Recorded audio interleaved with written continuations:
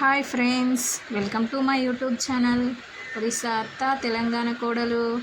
ఈరోజైతే నేను గోంగూర పప్పు చేస్తున్నాను. గోంగూర అయితే ఒక కట్ట తీసుకున్నాను చిన్నది, ఒక 2-3 టమాటాలు, కందిపప్పు అయితే ఒక 1/2 కిలో అయితే కుక్కర్లో అయితే ఒక 2 విజిల్ వచ్చే వరకు అయితే ఉడికించుకున్నాను. ఎందుకంటే డైరెక్ట్ గోంగూర అనేది దాంట్లోనే వేసి కుక్కర్లో వేసి ఉడికిస్తే పప్పు అనేది ఉడకదు.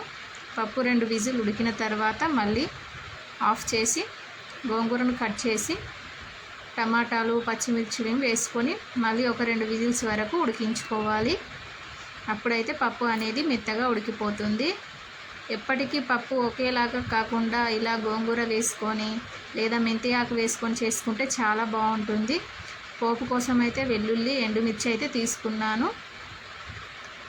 ఒక కడాయి అయితే పెట్టుకొని వేడైన తర్వాత కొద్దిగా అయితే ఆయిల్ వేసుకోవాలి.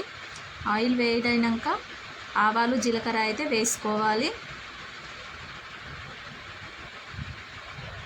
ఫ్రెండ్స్, మా వీడియోస్ మీకు నచ్చినట్లయితే లైక్ చేయండి, అలాగే మా ఛానల్ని సబ్స్క్రైబ్ చేసుకోండి, అందరికీ షేర్ చేయండి.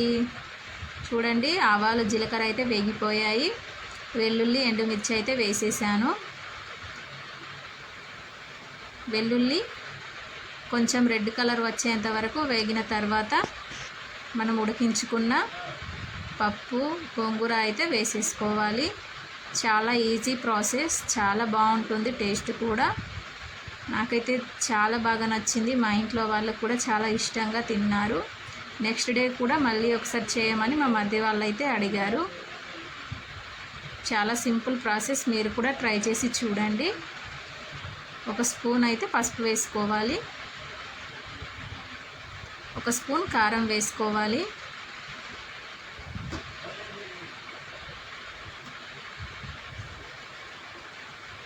స్పూన్ వరకు అయితే సాల్ట్ అయితే వేసుకోవాలి.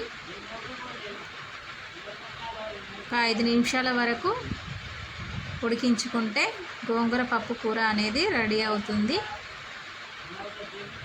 చాలా టేస్ట్గా ఉంటుంది. మీరు కూడా ఒకసారి ట్రై చేసి చూడండి.